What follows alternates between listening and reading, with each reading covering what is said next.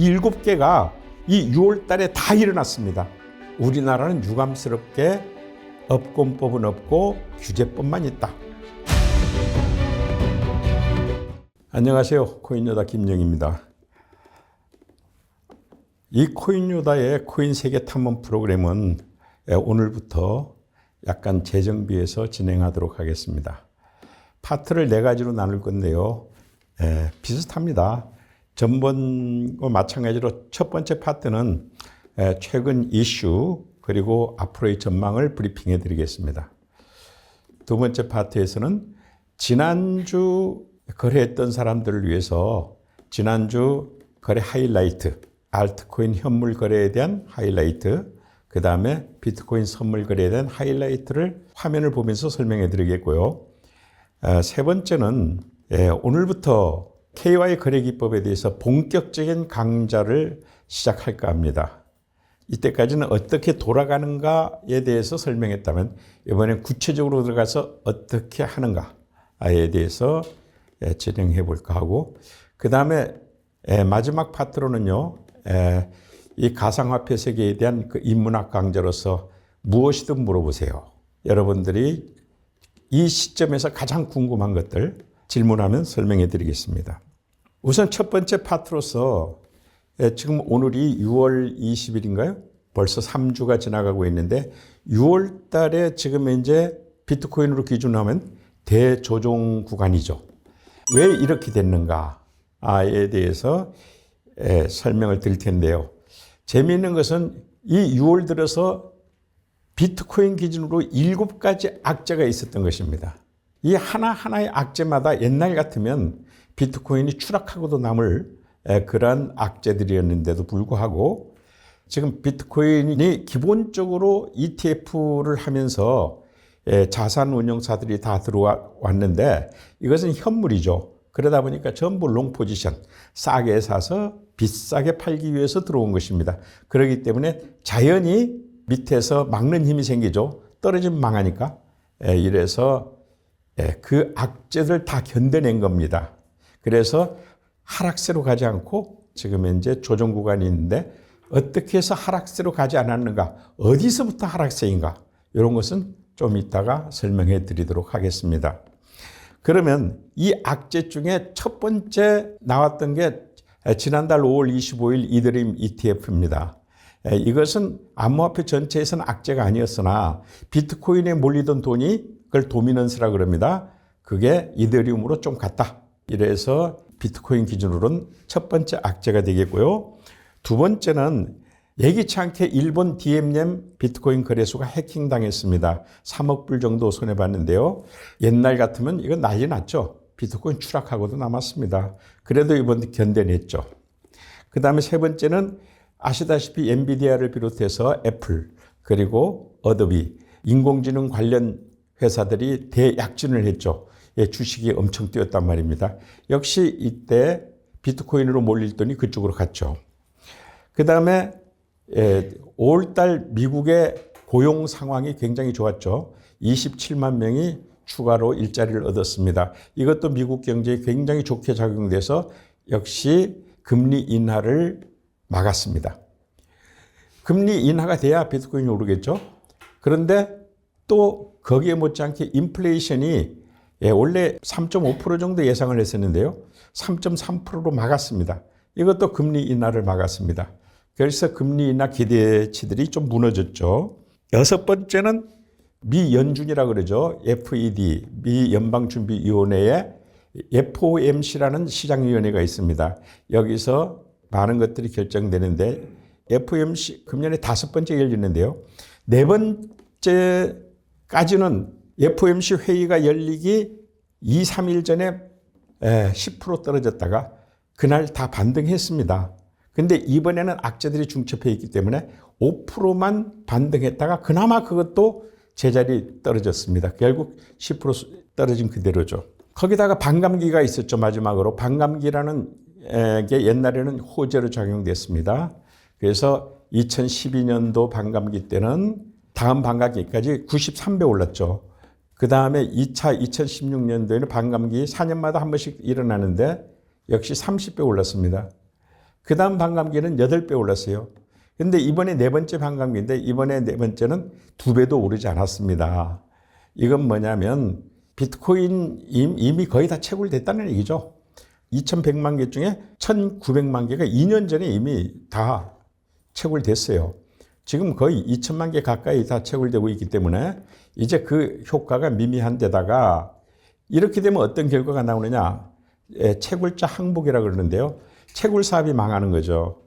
그러니까 채굴자의 보상이 옛날에는 1비트코인 생성하게 되면 블록체인을 생성하면 50개를 채굴해 보상으로 줬는데 지금은 반 줄어드니까 반감기인데 반반 줄어들어서 3.125개 정도밖에 보상을 해주지 않습니다. 그렇지만 옛날 한 개의 가격과 지금 한 개의 가격은 엄청나게 차이 나서 채굴자들이 그걸로 다 버텼는데 이번에는 힘들죠. 그런 문제가 돼서 7개가 이 6월 달에 다 일어났습니다. 그럼에도 불구하고 지금 현재 하락세로 가지 않았다. 조정 구간의 하단에 있지만 하락세까지는 안 갔다. 이것은 비트코인의 생태계가 굉장히 강해졌다는 것을 의미합니다. 구체적으로 호재가 있죠. 바로 아주 가까운 것으로 호재는 미국 대선이죠. 미국 대선 이전에 미국이 이때까지 암호화폐에 대해서 규제법만 있었죠. 대표적인 규제법이 SAB 121이라고 합니다. 대표적인 규제법만 있었지만 업권법은 없었죠. 특정업에 권장하는 법. 그러니까 업권법은 없이 규제법만 있었어요. 미국도. 따지고 보면. 그런데 이번 미국 의회가 상원 하원 모두가 지금 친암호화폐 정책으로 돌아섰습니다. 이미. 그래서 SAB 그 악법을 갖다가 제어하는 HJ109 결의안을 냈습니다. 이 결의안을 낸 것은 뭐냐면 그것도 압도적으로 결의안을 냈는데 이것은 SAB 121 법을 폐지하자는 법입니다. 비트코인 기준 악법을 폐지하자. 그럼 왜 악법인데요? 하게 되면 간단합니다. 그것은 비트코인을 금융기관이 만일 사놓는다 그러면 그 부채로 잡기 때문에 담보를 해야 돼요. 회계상의 문제죠. 담보를 해야 되는데 예를 들어서 1,000원에 사가지고 1,000만 원어치 샀으면 1,000만 원 담보를 해야 되는데 그 1,000만 원이 1억이 돼버렸어요. 그러면 1억치 또 돈을 담보를 내야 된다는 얘기죠. 그거는 금융기관의 부담이죠.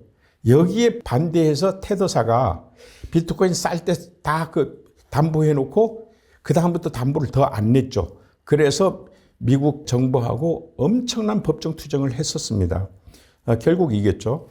그런데 자산운용사 말고 금융기관들도 만일 법을 폐지해버리면 이제 비트코인을 금융기관도 사 모아둘 수 있다. 이런 입장이 돼버리는 거죠. 그런데 물론 바이든 행정부가 거부권 행사했습니다. 그런데 문제는 그 다음이죠. 그 다음에 FIT 21이라 그런가? 법, 이제 나이 드니까 그래 구체적인 이름들은 잘 기억이 안 나요. 이게 업권법이죠. 말하자면 비트코인의 굉장히 좋은 업권법인데요. 거기 핵심을 보게 되면 코인을 상품으로 보느냐, 증권으로 보느냐, 그리고 미래의 화폐로 보느냐 하는 것을 결정하는 겁니다. 그러면 여러분 생각해 보세요. 금융으로 보는 게 좋겠어요? 상품으로 보는 게 좋겠어요? 비트코인 입장, 코인의 입장에서는 제일 싫은 게 증권으로 보는 겁니다. 왜 그러냐? 증권으로 보면 고시도 해야죠. 뭐 여러 가지 규제 장치가 많습니다. 예를 들어 금이다. 금이라는 상품을 갖다가 뭐 규제할 게 있나요? 그 규제를 거의 안 받는다는 얘기죠. 그래서 코인에 대한 업권법이라 그러죠. 근데 지금 이제 만일 이 법이 나오게 되면요. 알트코인은 치명상을 입습니다. 왜냐하면 증권으로 분류된다는 것은 뭐냐면 어느 한 사람이나 한 기관이 그 코인의 20% 이상을 갖고 있으면 증권이다. 이렇게 구분했거든요. 그러면 지금 현재 비트코인하고 이더리움을 제외한 모든 코인들은 다 거기에 증권으로 분류돼 버립니다. 이더리움이 아실아실하죠. 그런데 비트코인은 지금 ETF로 증권 대우를 받고 있는 시대에 왔지만 이제 증권에서도 벗어나 버립니다. 왜냐하면 비트코인이 20% 이상 가진 사람이 있을 리가 없잖아요. 이제 비트코인은 규제의 틀에서 거의 완전히 벗어나 버린다. 합법적이면서도.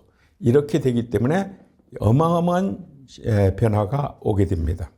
그래서 FIT 21 이 법이 하원을 통과했는데 이게 지금 SEC가 미 증권금융거래위원회죠. 엄청나게 반대하고 난리가 났습니다. 그래서 백악관도 안 하겠다. 거부권 행사할 것이다. 이렇게 얘기를 하고 있는데 문제는 이번에 대선이라는 얘기죠. 이번에 대선에 바이든은 지금 이제 전부 반대했죠. 친암호화폐 정책까지는 아직 안 갔죠. 그런데 트럼프가 문제예요. 트럼프가 변덕쟁이 아닙니까? 트럼프가 자기 재임 시절에는 페이스북의 리브라 프로젝트까지 다 꺾어버리고 정말 비트코인 암호화폐 적이었죠.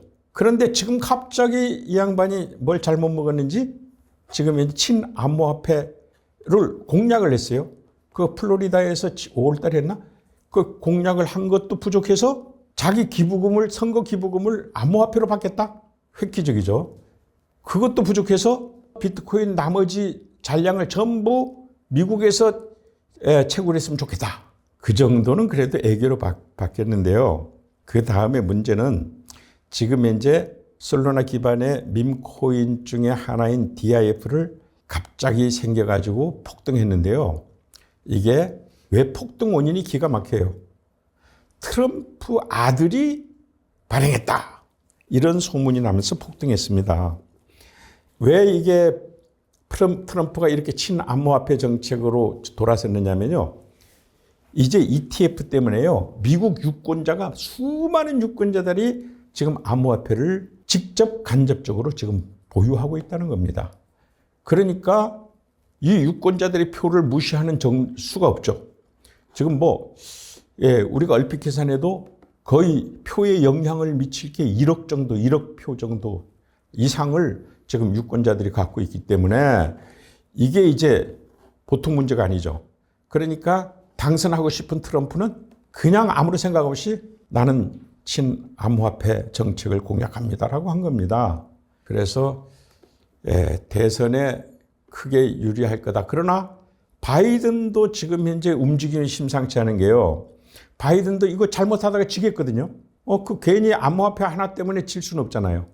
그러니까 이번 대선에 어느 시점 가게 되면 공식적인 공약을 낼 때가 될 텐데 그때쯤에 바이든도 반암호화폐 정책에서 한 발 물러날 것이다 라는 것이 우리의 예측입니다. 이렇게 해서 금년에 대선 전국이 있기 때문에 2024년을 우리가 어떻게 규정하고 있느냐면 2024년은 비트코인 ETF로 비트코인이 제도권에 처음 들어온 해이자 그리고 비트코인이 금년에 10만 불 이상을 돌파할 첫 번째 해일 것이라고 생각을 많이 합니다.